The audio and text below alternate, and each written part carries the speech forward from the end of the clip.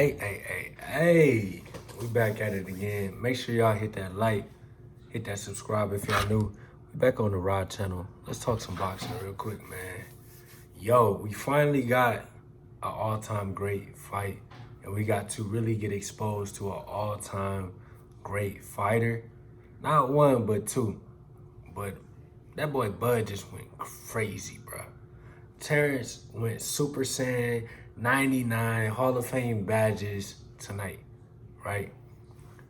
Which a lot of people said what happened. You know, you talk about footwork, you talk about skill, or like Teddy Atlas said, you talk about just having that ultra instinct. It just happened like that. So I want to talk about the fight. I knew how talented Bud was. I understood, bro. I was like, he's just different. You know, what he did to my dog Sean, I ain't gonna lie, this whole time I've been a little like, I was kind of blaming it on Kenny, bro. I was like, why you stop the fight, bro? Like, that's your, you know, even if he ain't trained that hard, why you stop the fight? He was winning. But seeing what he did to Errol just made me be like, nah, this is like them generational talents that like make you realize that it's really levels to this shit. And he doing that at 36. Think about that. Braun doing this at 38 or something. This is like the Braun equivalent. I'm not overreacting. I definitely want a rematch. I definitely think bro need to be in the lab a little bit longer, and I think it'll be a closer fight. But I think Bud was just on this night. It was his night, bro. Like doing this at his age, I can't see too many people beating him. And the only people I can think beating him on this night is Errol on a great day. Floyd.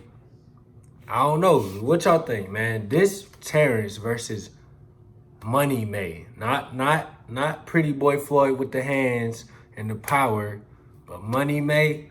I don't know if he would have been able to dodge that smoke, bro. He was too precise. He was bang, bang, bang, bang. I ain't gonna lie, during the fight, when they was talking about how explosive his jab was, I'm southpaw. I was like, I'm about to just ditch the southpaw and just learn orthodox. So my jab is mean, because my left hand is crazy. So if I just switch that out, bing, you know what I'm saying? I was like, yo, like, this is insane. Like I said, I was rooting for Errol, but for any boxing fan that ain't a Glazer or a D Rider, you know this is 50-50. Both, they have a lot of the same characteristics, a lot of the same pedigree. They both got heart. Errol wasn't going out without going out like my boy Deontay Wilder. But this change in era makes me think about like the way that they did this. I want to really take time to just applaud them for hopping on the phone and making this happen. But I want to give a shout out to Errol for really like, bruh, let's just keep it a band. Errol could have easily went up to 154, bro, and not did this. He had to give in to Terrence's demands, pay that man more money, because he was winning on everything, bro, on sales, on the people they fought, on flipping a coin, bro. Like, what? Y'all not even, I mean, I'm talking about as far as, like, a draw. He risked it all. He took that leap of faith, and he didn't have to do that. And honestly, I don't think a lot of fighters would have done that because you up. I don't think it's pride or arrogance. He just had to prove it to himself that he could beat this dude because Errol was the boogeyman. He had to fight the boogeyman. And the boogeyman was the same one talking about, yeah, like, I need these terms. When you know you tripling this dude's sales, you know? That's a risky game. But Terence made him pay. He made him wait, made him pay, and you can't take nothing from this dude's skill because, like I said, let's talk about what happened to Kell Brook, what he did to Kell Brook. I was hesitant. I was one of them ones. I never said Terence ain't fight good competition, but I did think bro fought tainted competition, you know, hurt competition. They Kell dirty. Errol beat the hell out of Kell and broke his eye socket, but what Terence did was surgical. You know what I'm saying? Terence got cracked more when he was slipping up because he didn't feel the competition level. He thought it was just light work, and he slipped up. But whenever the competition is there, he stepped the fuck up. You know, I didn't even want to pick, and that's why I didn't even make a video because I ain't want to be wrong. But I say it here, I picked Errol. I thought Errol was gonna break him down, but dog, the way Terence did Sean, I really want to know. Because this whole time, I don't think Sean was the same Sean, right? Because he was podcasting, he was talking about how his heart was in entertaining. And I don't know about y'all, but when y'all find a new endeavor and you start getting passionate about something else, it's hard to snap back into that mentality, you know? It's hard. Like, no matter how much you want a title and to be the big dog again, Sean was telling us on the podcast that he wanted to you know, really like take that next leap in the entertainment game. And he still beat Bud in that fight before, you know, he was up in that fight. But what he did what Bud did to Sean was real. That was real. I thought it was a fluke. I thought his dad was tripping. But what really happened was he stopped Sean from going through the same fate as Errol. Because Errol wasn't going down without getting slept, bro. Like, that's what it was. And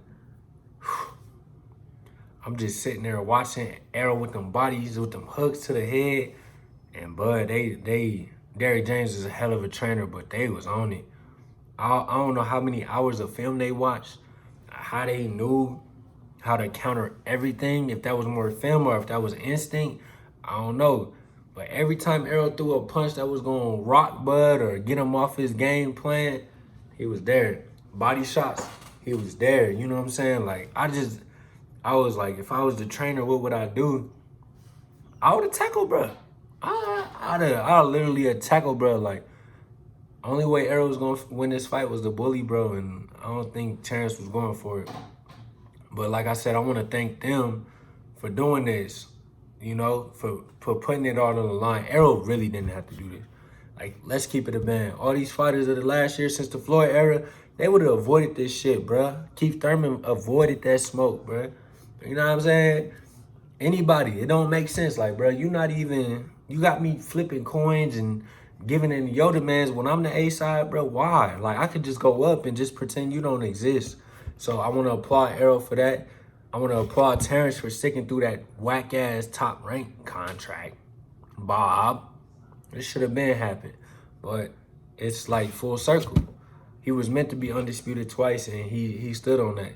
You know what I'm saying? And I still think they can run it back. I don't think Errol's need to stay at 47, though. He definitely looked a little tired. I don't know if that would have mattered, because the way Terence was fighting tonight, boy, he could do this shit till he about 45. I ain't making no excuses, but I think it was a great fight overall. I don't know what happens next, bro. Like, it just makes me think about the dynamic of boxing. Like, we got Jermell going up to, he's super middle? Super welter. He's super welter. Going up to fight Canelo. They could fight again. I don't know if they can go undisputed again for the next belts, or if somebody has to win it, then they go take it and then fight again. I see Errol running it back. I also see Terence going up, because I honestly think if Terence beat Errol like that, I honestly think he'll beat Jermell like that, bro. But I don't think Canelo is going to beat Jermell like that. Do that make sense? I think Canelo's a great fighter, too. I think Terence just he just different, bro. He a different breed, you know? So, with that being said, I don't know what the landscape, but as a boxing fan, as a fight fan, I'm just thankful for this shit that we just got to witness. Tank fought Ryan. Isak Cruz about to fight Ryan. Let's do it. Like, I don't know about y'all, but when a fighter lose, I don't act like they ain't the truth. You know what I'm saying? I treat this shit like video games for real. Like, if you're a 99 overall, or no, let's say a 98 overall, and you're going against prime LeBron and you lose by 2 or by 10, I'm not gonna be like, nah, you're worthless. Throw him in the garbage. That's what I love about the UFC. You can lose, come back, and be successful. You feel me? That's how I look at this shit. This is the beginning of the new era. We need to bring back the Four Kings era. We need to bring back the Mike Tyson era. Like, I want all the smoke. You feel me? If you one of the top 10, you know, Keyshawn and Frank Martin, fight.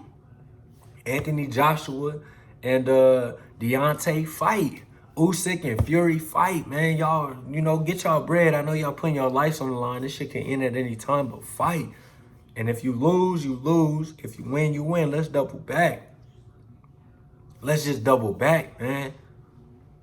Because that's how it gotta be. Because nobody wins all the time. Like I said, Floyd an anomaly, and he did it so. He played chess. He was because he could have fought Errol. He could have fought Thurman. He could have fought a young Manny. And it's no disrespect to Floyd, but, you know, he set the blueprint, but let's break the blueprint. Let's see what's really going on. And I'm low-key thinking Shakur is about to fuck everybody up. And, like, off topic, him and Terence fighting, and those are the, like, the most IQ guys, bro. Who fucking with them? Tank got power. That's the only thing with Shakur. This video ain't about Shakur, but that's the only thing I'm like, you ain't got what, like, Terence is pop, pop, pop, pop, pop. Like, both hands, you ain't got that. You got probably more IQ or close to, you know, but that Shakur and Tank is going to be a great fight. But I won't get off topic. With that being said, this is my first response. I want to talk about these more, but you tuned into the Raw Boxing. And y'all let me know what y'all think. And before y'all get out of here, make sure y'all subscribe, hit that like. Check out OnlyFamClothing.com. I know y'all see that fly-ass hat on the kid.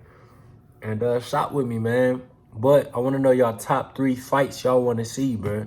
Top 3 fights right now that you want to see next. Because this is the greatest boxing year in a long time. Y'all stay up. Get paper. OnlyFam forever.